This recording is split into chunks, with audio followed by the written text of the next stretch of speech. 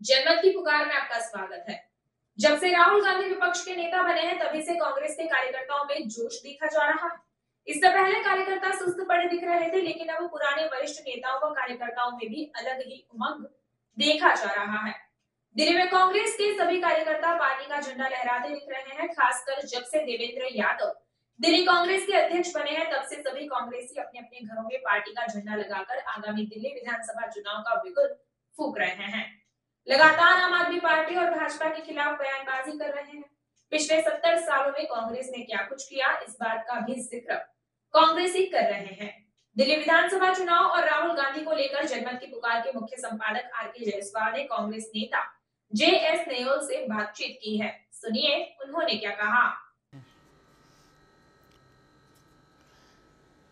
नमस्कार, मैं आर.के. जायसवाल और आप देख रहे हैं जनमत की पुकार। देख सकते हैं कांग्रेस के वरिष्ठ नेता जे.एस. नेयोल साहब के हाथों में बहुत बड़ा झंडा है और बहुत बड़ा डंडा है। झंडा लगा रहे हैं, क्या अभियान चला रहे हैं? ये हमारे नवनियुक्त दिल्ली प्रदेश के अध्यक्ष, हमारे डायनामिक पर्सनालिटी वाले नेता भाई देवेंद्र यादव ने पूरी दिल्ली में अभियान चलाया। जो कांग्रेस ब्लॉक अध्यक्ष हैं या कांग्रेस के नेता हैं, वो अपने घर पे एक तिरंगा झंडा लगाएंगे कांग्रेस का, ताकि एक आवाज़ और मैसेज जाए सारे ब्लॉक अध्यक्षों को। कहा गया और सारे कार्यकर्ताओं को, जो असली कांग्रेसी है, जो दमदार है, वो अपने घर के आगे लगाएगा। इसलिए मैंने आज झंडा भी बड़ा चुन करके लाया हूँ, ताकि दूर से नज़र आए। ये नहीं छोटी सी झंडी लगानी है। हमने देश पे इतने साल लोगों की सेवा करी है। हम चाहते हैं कि दोबारा जनता हम पर विश्वास करे। जो हमने सुई से लेके जहाज तक बनाया था, बना बनाया मोदी जी को दिया है हमने। आज वो अपना डंका पीट रहे हैं। कोई भी ऐसा कार्य बता दो जो हमने ना किया हो, चाहे वो मोनो रेल हो, मेट्रो हो, चाहे वो हवाई जहाज़ हो, चाहे वो हमारी जितनी भी मिसाइल थी, चाहे आर्मी के लिए जो भी हमने सब कुछ करा। पाकिस्तान से दो दो लड़ाइयाँ जीती, देश के लिए सारे डैम बनाए, देश के लोगों के लिए काम करा। हरी क्रांति लेके आए, दूध क्रांति लेके आए। उसमें हमने बहुत सारे ऐसे काम करे, अगर गिनवाऊँ तो बहुत समय लगेगा। लेकिन आज दिल्ली की बात करते हैं। दिल्ली के अंदर आने वाले समय में कांग्रेस की सरकार बनेगी। इसलिए मैं झंडा अपने छत के ऊपर और अपने बाहर लगा रहा हूँ, ताकि मेरे को भी लोग देखें और दूर से जाते हुए देखें कि वहाँ देखो जे.एस. नेयोल के कांग्रेस कार्यालय के बाहर झंडा लगा हुआ है। अपने घर के बाहर भी लगाऊंगा कल, और अपने जितने भी कांग्रेस के लोग हैं उनके घर के आगे झंडे लगेंगे। ये हमारे जो प्रदेश अध्यक्ष और जिला अध्यक्ष के माध्यम से पूरी मुहिम बनाई गई है, इसको हम पूरा करेंगे और आने वाले दम से विधानसभा का चुनाव लड़ेंगे। भले किसी को भी पार्टी टिकट दे, मैं कांग्रेस का कार्यकर्ता हूँ पिछले 83 से, और आगे भी कांग्रेस के साथ ही रहना चाहता हूँ। भले परिणाम जो भी होंगे, अच्छे परिणाम होंगे।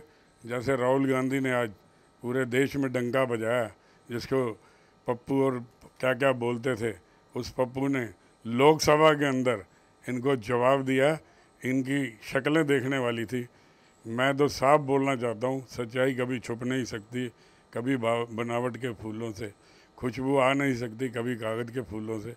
ये सच्चाई है। राहुल गांधी अपोजिशन लीडर बने हैं, जिस तरीके से उनका भाषण संसद भवन में देखने को मिला और जगह जगह क्षेत्र का दौरा कर रहे हैं, चाहे मजदूरों के बीच में हो, चाहे मणिपुर हो, आसाम का बाढ़ हो, चाहे हाथरस की घटना को हो, कैसे देखते हैं राहुल गांधी में कितना बदलाव आया है?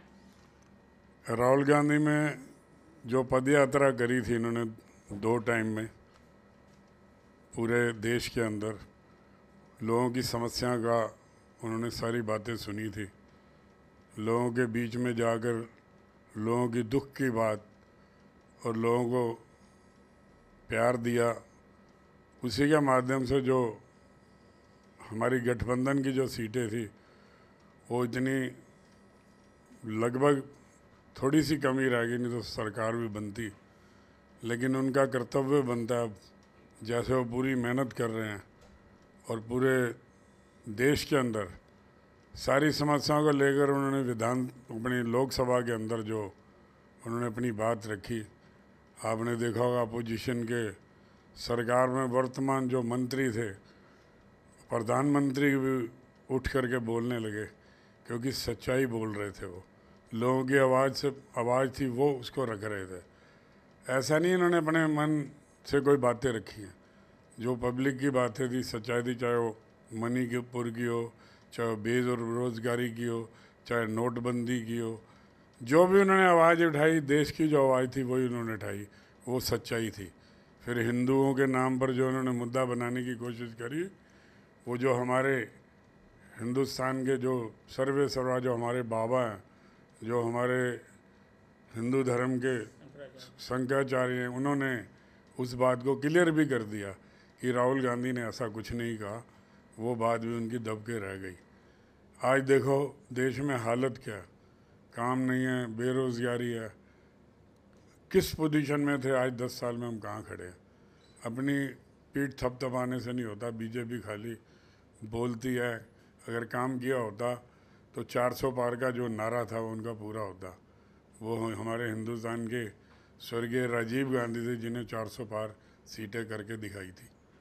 तो आप सभी भली भांति जानते हैं, राहुल गांधी को देखकर सारे कांग्रेस कार्यकर्ताओं में जोश आया। हमारी दिल्ली में जिला स्तर पर, ब्लॉक स्तर पर जो मीटिंगें हो रही हैं, उसमें लोगों में जोश है। जो पुराने लोग थे कांग्रेस के, उनके अंदर भी ऊर्जा भर दी है राहुल गांधी ने। वो सोचते हैं जब हमारा नेता भाग रहा है और मेहनत कर रहा है तो हमको भी करनी चाहिए। आने वाले दिल्ली के अंदर अच्छे परिणाम होंगे। दिल्ली में देखो पानी में से हाहाकार थी, पानी आ गया बरसात का तो नालियां बंद हो गई, पानी भर गया। मतलब किस तरह की दिल्ली बन गई आज। जब माननीय स्वर्गीय शीला दीक्षित की जो दिल्ली कहते थे लोग, एक पेरिस की तरह बनाई थी हमने, खूबसूरत, हर चीज़ दी थी, हर सुविधा दी थी, हर आदमी खुश था। आज दिल्ली में देखो, कभी पानी की समस्या, कभी पानी निकलने की समस्या, कभी करप्शन से भरा हुआ सिस्टम। दिल्ली के अंदर भी आज हाहाकार है। न्यूज़ साहब, मगर जब कांग्रेस की सरकार थी दिल्ली में तो अरविंद केजरीवाल आए दिन भ्रष्टाचार का आरोप लगाते थे, चाहे टैंकर माफिया हो। तो वास्तव में कैसी सरकार थी आपकी 10 साल पहले? उन्होंने जो झूठा प्रचार करा था, झूठा प्रचार करने के बावजूद अगर हमारे लोगों ने करप्शन करी होती, उनको जेल में क्यों नहीं डाला? अगर हमारे लोगों ने माफिया पाल रखे थे, आज हैं बल्कि टैंकर माफिया। जो हालत है दिल्ली की, टैंकर माफियों के माध्यम से ख़राब कर दी भी है। हमको भ्रष्ट बोलते, आज खुद ही सारे जेल में। आज 4-5 लोग जेल की हवा खा करके अंदर बैठे हुए, कुछ बाहर आ गए हैं। कितने विधायकों के केस बने हुए हैं। ये मैं थोड़ी बना रहा हूँ, या कांग्रेस थोड़ी बना रही है। जो जैसा बोओगे वैसा काटोगे। ये जनता आने वाले समय में पूरा जवाब देगी।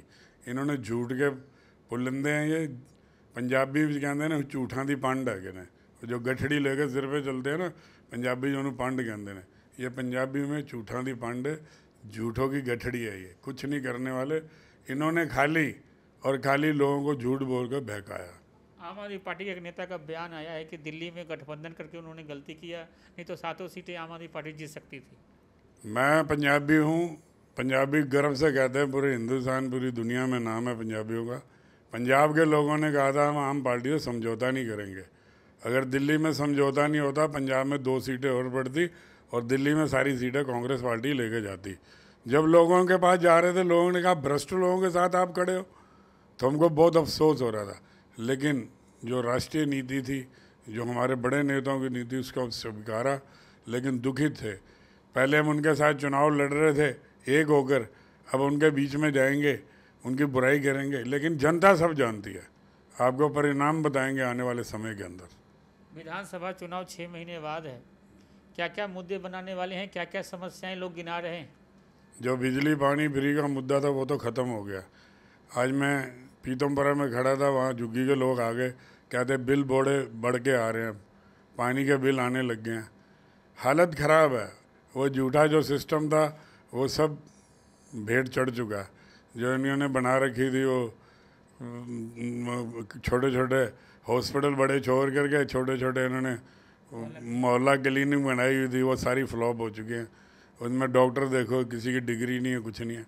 खाली जनता को, राजधानी में पढ़े लिखे लोग हैं, उसका जवाब देंगे समय आने पर। तो तो हमारे साथ बात कर रहे थे कांग्रेस के वरिष्ठ नेता GS न्योल साहब। मिलते हैं किसी और खबरों के साथ। अगर आपने हमारा अभी तक चैनल सब्सक्राइब नहीं किया है तो कृपया चैनल सब्सक्राइब कर लें, लाइक करें, शेयर करें, कमेंट करें। तो मिलते हैं फिर किसी और खबरों के साथ।